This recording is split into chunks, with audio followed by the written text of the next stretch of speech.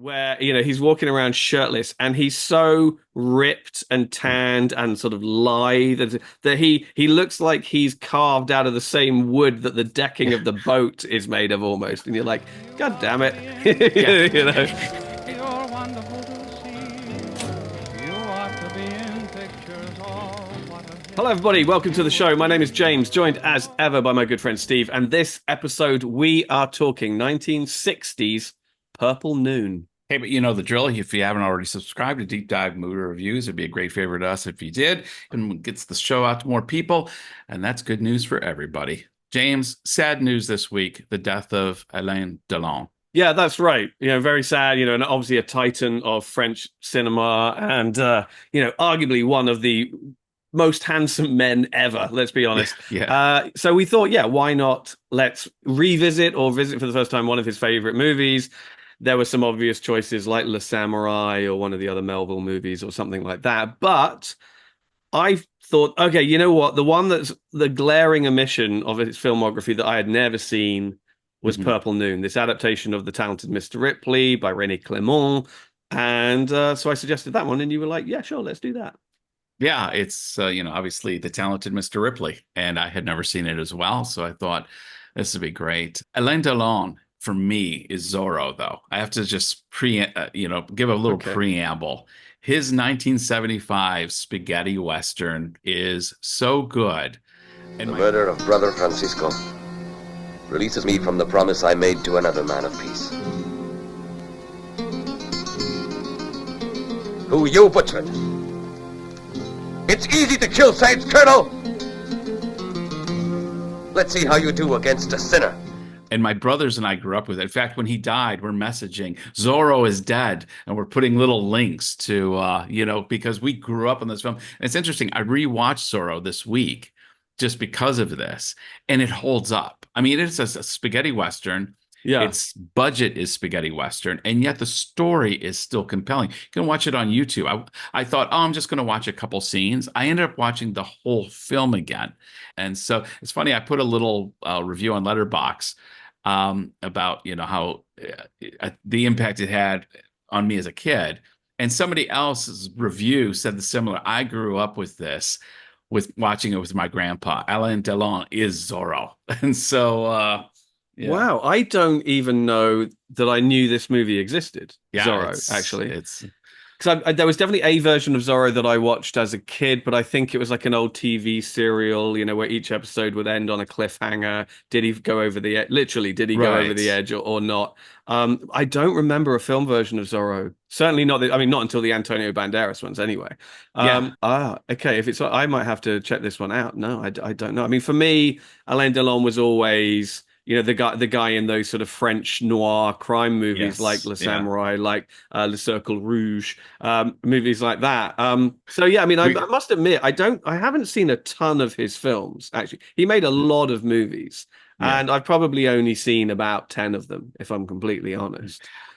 I haven't seen that many, but the ones I have seen, I really like. And now I'm kind of on an Alain Delon film watch. I just was mentioning before we started recording, I bought tickets to Le Samurai and taking my wife to see that. So but before we leave the Zorro interjection here, it has the most cheesy soundtrack theme song, and yet once it gets into your head, the whole week I've been walking around Hong Kong, and I'm going to put it in right now so you guys can all get a clip of it here. Here's to being free. Here's to you and me. Here's to being free. La la la la la, let's all is back.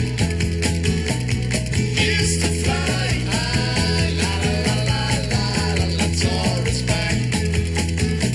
Here's to being free. La la la la la, let's all is back. Here's to flying high. La la la la la, let's all is back.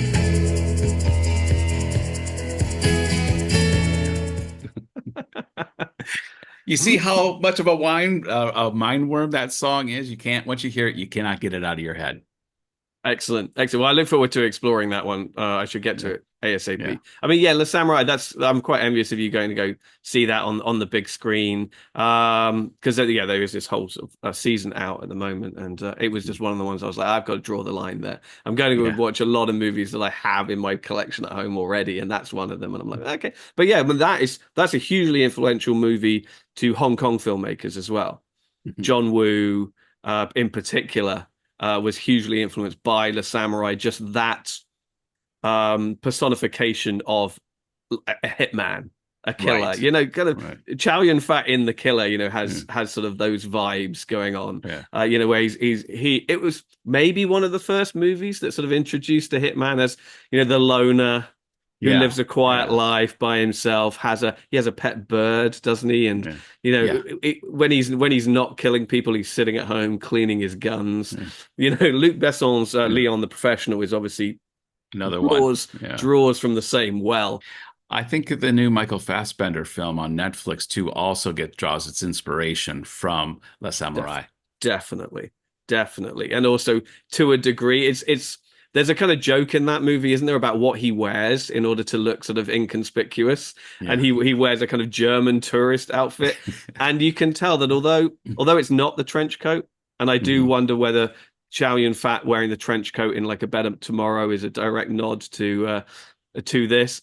It's like a sort of a geeky high street version of that kind of super cool outfit that Alain Delon wears in that movie. Yeah. But before we get into Purple Noon, the other one that I was kind of familiar with is Red Sun, which is this kind of mashup of sort of a Western and a samurai movie. I mean, we've talked about sort of some of Kurosawa's stuff and how he was influenced by Westerns, and then those Westerns influenced more, more samurai movies, and it just keeps kind of going back and forth.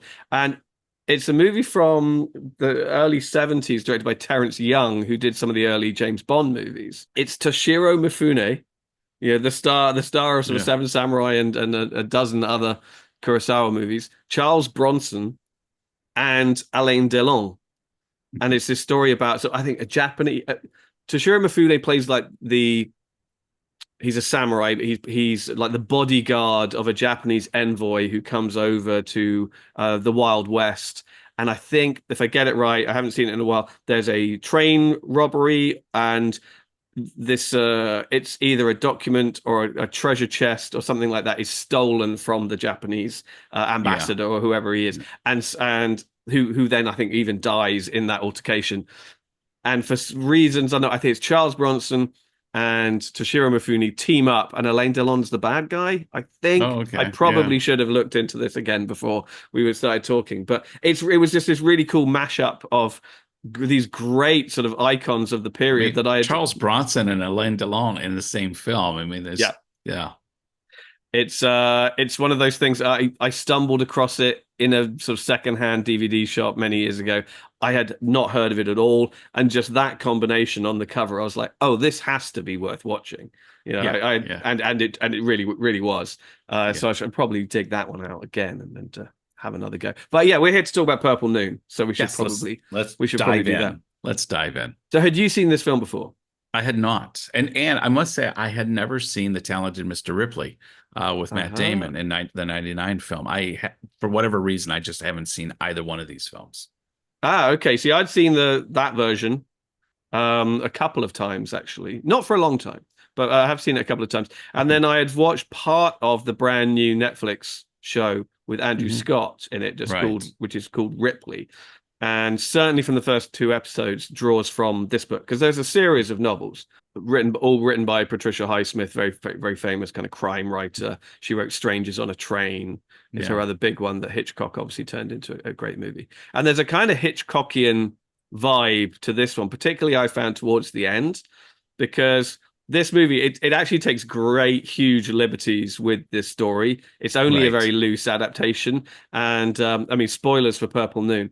But I mean, one of the biggest changes it makes is that he gets caught at the end. And I was just going to highlight that in fact, if I have a critique of this film, it's that he gets caught, and I don't want him to get caught. I love the way that scene plays out, though. You know, where he thinks he's got away with it. Everything is, he's plain sailing quite if you'll excuse the pun.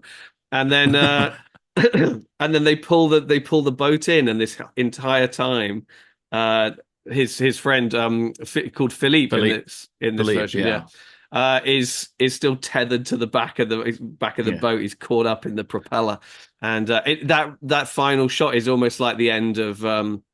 Oh, I won't say what it is because I know it's a film that we're going to be discussing soon that you haven't seen yet. Oh, okay. So I Okay. won't say, but there is another sort of film from around this time actually, which ends with a sort of similar image, and I found that there was a very kind of sort of Hitchcockian vibe to that ending, and or even a nod to sort of those Ealing comedies like sort of the Lavender Hill Mob. There was just something about that final sequence where he's called into the restaurant and he thinks Yes. he's okay, but we know that that's where the trap is set and that's where he's going to go in. And I kind of love the way they do that, even though that goes completely against the ending of the book where he does get away with it and then goes on to further misadventures in another couple of novels. Yeah, I think for me, because they ratchet up the suspense with these near misses that are happening at the end of the film. In fact, I found the second half of the film remarkably more interesting than even the first half of the film. It really is suspenseful. It has you on the edge of your seat. Is he going to get caught? And for him to actually get caught at the end, to me, kind of nullified some of the suspense. I wanted to have that suspense all the way, and then he gets away. And what helps with this is Philippe's a bit of a dick. I mean, I'm not advocating that Dick should be murdered, but it does help with some of the empathy negation here that, the world has not lost Gandhi here.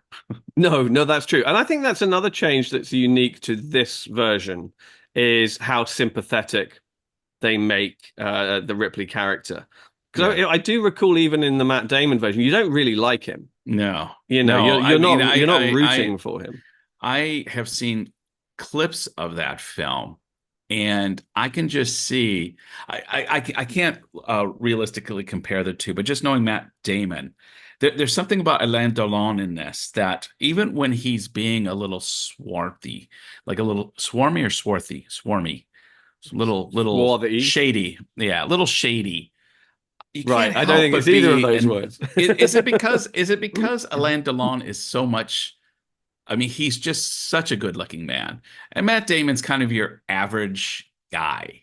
And so, even when Alain Delon is doing something a little shady, you can't help but be rooting for him. Whereas I would find myself not rooting for Matt Damon near as much, just for that reason.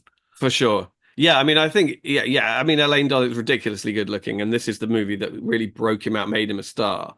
Yes. And, there are those sequences on the boat where, he's walking around shirtless and he's so ripped and tanned and sort of lithe that he looks like he's carved out of the same wood that the decking of the boat is made of almost. And you're like, God damn it.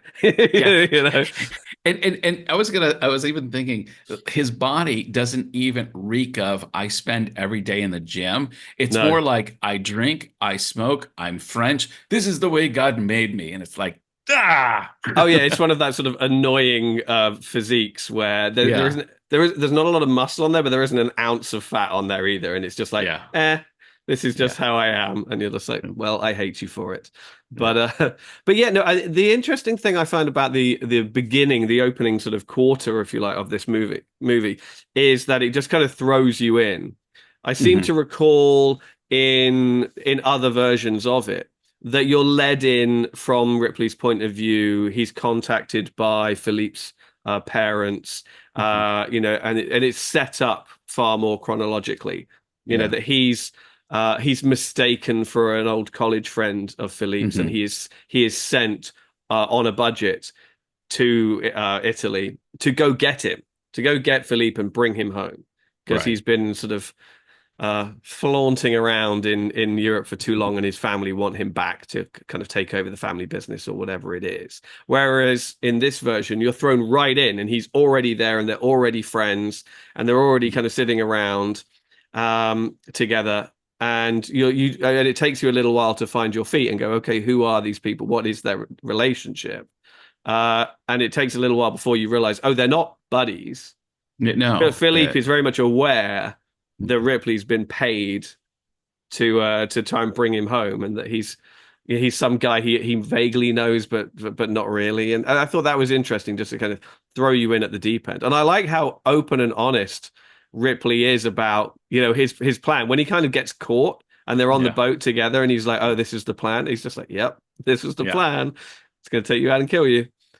That's the part that I find a little bit. You just got to suspend belief a bit, because it's almost like Greenleaf just goes along with this. You're wondering, why is he even bringing him along? And then, like you said, it's this guy has obviously got malevolent intentions towards you. Why are you entertaining him? And yet, that's the way the film decides to go. But it's only after Philippe is finally killed that I find the film gets really interesting. Oh, for sure. Before that, you're never quite sure how seriously to take the situation and take the dynamic. And I think that's why Philip brings him along. I think Philip is, he's so confident, he's so affluent and wealthy, he knows that he can basically do whatever he wants. And so he takes, I think, Tom Ripley along with him as a kind of sort of straight man, as a stooge, as just someone to hang out with. I think he's a guy who thrives on company. Yeah, he needs people around him all the time, even if he's treating them sort of not very well. And he knows, and I think there is a kind of psychological mind game going on where he knows Ripley is wholly dependent upon him and his money, his family's money, and will essentially do anything. So he kind of tests that to limit. He's like, okay, I'm going to keep you close by and see just how much you are willing to do for money, for me. And so I think he's having a lot of sadistic fun at Ripley's expense, right up until the moment that, and I don't think he ever suspected Ripley would actually do anything as violent I don't as think he did. any of us suspected it would happen the way it did. Renee Clement allows us, like, they're just interacting with one another, and suddenly pulls the knife out, kills him. Even Tammy jumped. Like, we were not ready. You're expecting a long, drawn out death sequence that's going to take 2 minutes of this carefully set up shot, and then he will be dispatched. And it's like, nope, it happens. The audience is completely ill prepared, and it made for a wonderful scene. Oh, for sure. Yeah, and I think, not to hark on it too much, but I think one of the other reasons it's so surprising is that that's not how it happens in the book either. He does kill him. He does kill him on the boat, but he hits him with an oar. He kind of like bludgeons him. So I think if you don't know the story, then it comes completely as a surprise. But if you kind of know the story, then you're preparing for something, and then this really just comes out of nowhere and is a different way. And I think that works to its favor. He bludgeons the guy later with the green Buddha. So this is true. This is true. Even Tammy, when they showed the green Buddha, Tammy said somebody's going to use that to hit somebody with. Oh, for sure. And what's his name? Freddie is. I mean, if you thought Philippe was objectionable, then Freddie is absolutely. Yeah. He sees straight through Tom Ripley immediately. Yeah. He's just from like, the first scene. It's pretty much at the very first scene of the film where this guy knows Ripley's no good. For sure. Yeah, and I think part of that is just the sort of the social status, the class disdain that he holds. And I think it's exacerbated by the fact that Ripley is very sort of transparent about why he's there and what he's doing. He's like, I'm being paid by your parents to bring you back. And Philippe's like, oh, how amusing. Yeah. And Freddie's just like, I see you for what you are straight away, and holds it against him. Yeah. But you're not even in our league. Just, bring me a drink. For sure. I mean, I think the most overwhelming thing about this film, though, is just the look of it. It just looks absolutely stunning. The Italian Riviera is, I mean, it's called Plan Soleil in French, which sort of, I think, just means sort of, in the heat of the sun kind of stuff, right. Something like that. And it really is, the whole film takes place sort of in this sort of gorgeous surroundings, and you are in the sort of the lap of luxury the whole time, and you just want to spend more time here. You can't think anything could possibly happen in this kind of setting. but then that's always where, that's always where it does happen. I'm reminded of sort of Agatha Christie stories like Evil Under the Sun or something like that, where they're all just sort of swanning around, and then that's where people are going to strike when they sort of least expect it. So so it's a movie definitely that I sort of grew into. I had heard, oh, it's very good, and it's arguably the definitive adaptation, blah blah blah, and all this kind of stuff. And I was about kind of halfway through, and I was kind of like, it's okay, it looks nice, but it's okay. And then things start happening. Yeah. And I got more and more drawn into it, and was obviously surprised by some of the twists and turns it takes, because they are different. And I was like, oh, okay, yeah, I wasn't expecting this. I don't remember this. And it all works to his favor. And I think it all helps that Alain Delon looks so good, and it plays into that idea that people are drawn to attractive people. In the same way they're drawn to wealthy people, and they're going to be more kind of trusting and more open and more willing to appease people like that. And you can really use that to your advantage. Yeah, he's definitely learned how to use his looks. I just want to mirror what you said earlier about the look of the film, the color palette of that European region. I just wanted to live in the 60s. Like when you see the styles of the boats, and everything's wooden and everything's period, and there's a very tactileness to the use of the electronics. It's all I wanted to do was live in this world. There's something about the direction that I wanted.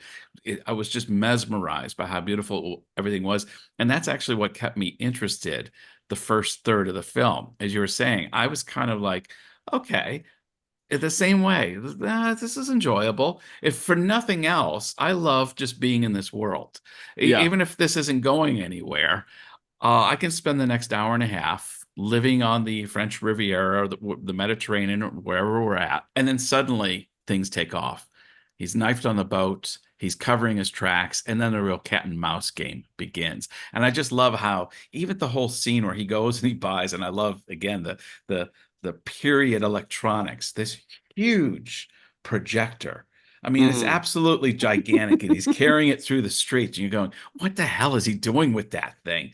And he uses it to project Philippe's signature up on the wall, and then he just spends this time just learning to do that signature. Because I mean, in the a time period where we don't have electronic identifications, your signature is everything. When he goes into those banks, it's that signature which is the telltale sign of whether he's going to get the money or not. And those great sort of stacks of huge, almost like A4 size banknotes. When he is being sort of paid out. But I love all that part where he's putting the fake passport together, and then when he's at the bank, and it is as simple as just you've got to just sign it, and then you're good to go. And these just ridiculous piles of money of just huge, all of that kind of stuff I really, really sort of appreciated. With the passing of Alain Delon, because a lot of focus is on his looks, as we'd mentioned, there's a lot of good-looking actors and actresses who have not had the longevity that Alain Delon has. And the fact is, the guy was just an incredible actor. Even when I mentioned rewatching Zorro the other day, he has to basically do a Bruce Wayne Batman thing throughout the whole film. He is taking on the persona of one of his friends that was going to be a governor in the New World.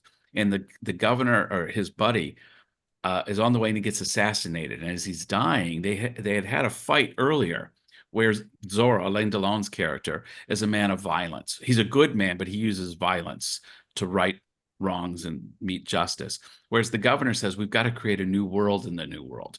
We have to not solve things with swords and guns. And Alain Delon is like, you're being naive. And unfortunately, he's dying. And he gives him his crescent ring. He says, you go in my stead and be the governor. This is my ring. But you got to swear that you will not kill. So the whole thing is Zorro can't kill. And so when he goes, his persona is with the military dictator who actually wants him dead. He basically puts up a front that he'll concede anything. He's just a fop. He's an effeminate. He's just, it's just so like, and so he does this whole persona. But as soon as he gets behind closed doors, the foppish wig comes off and he is Batman. He is Zorro, man. And his movement between the foppish governor and Zorro back and forth, it's just so fun to watch. And like the guy was an amazing actor. He was, I mean, his filmography has stood the test of time.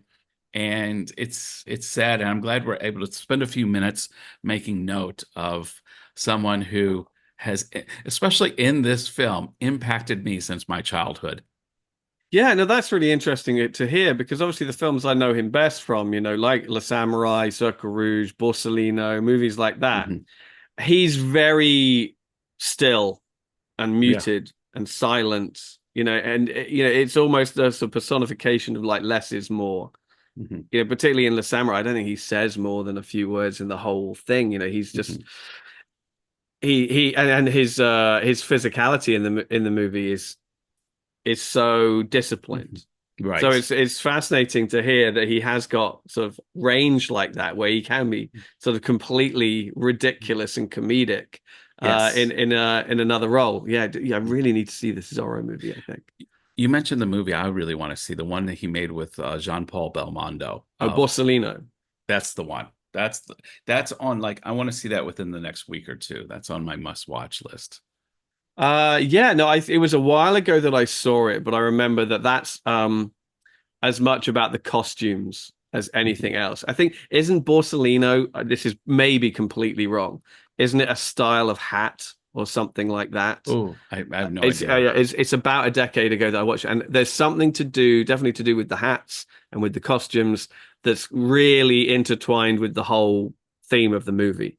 And so I might be right, but I'm probably completely off now. But it Yeah. might be right in the fact that a Borsellino is the type of hat that these kind of gangsters were wearing, and Oh, there it's very a well could be the period. case. Yeah. Yeah, Yeah. it's a period gangster piece. It's just effortlessly cool, and Yeah. yeah, well worth checking out for sure. Well, that's what James and I think about Alain Delon's Purple Noon. Obviously, the passing of Alain Delon is been reverberating through not only the film world, the French cinema film world, because it's lost one of its most iconic actors. Unfortunately, he never really made it big in America. He was very popular in China and Japan, all across Europe, but every time he came to America, the movies tended to be received with mixed reviews. And I mean, when I see him in Concord 79, I know that America was not his high point of his film career. Yeah, sadly, it doesn't always work. You can't always be a No. big star at home and then break in. You've seen that happen time and time again. But yeah, no, I think what I have realized during this discussion is actually how few of his films I've seen. So Mhm. aware of his cultural significance. Particularly we keep coming back to Le Samurai. It's such an iconic image of him, Mhm. and I think Purple Noon was a great sort of breakout role for him. I think he's fantastic in it. But yeah, this has really sort of stoked the fires in me that I need to watch more of his films. So if any of you have any recommendations of which Alain Delon movies we should check out next, please do let us know, because there's a huge body of work there, and we are really only just scratching the surface. Until next episode. You ought to be in the Bye-bye. pictures. You're wonderful to see. You ought to be in pictures. Oh, what a hit you would be.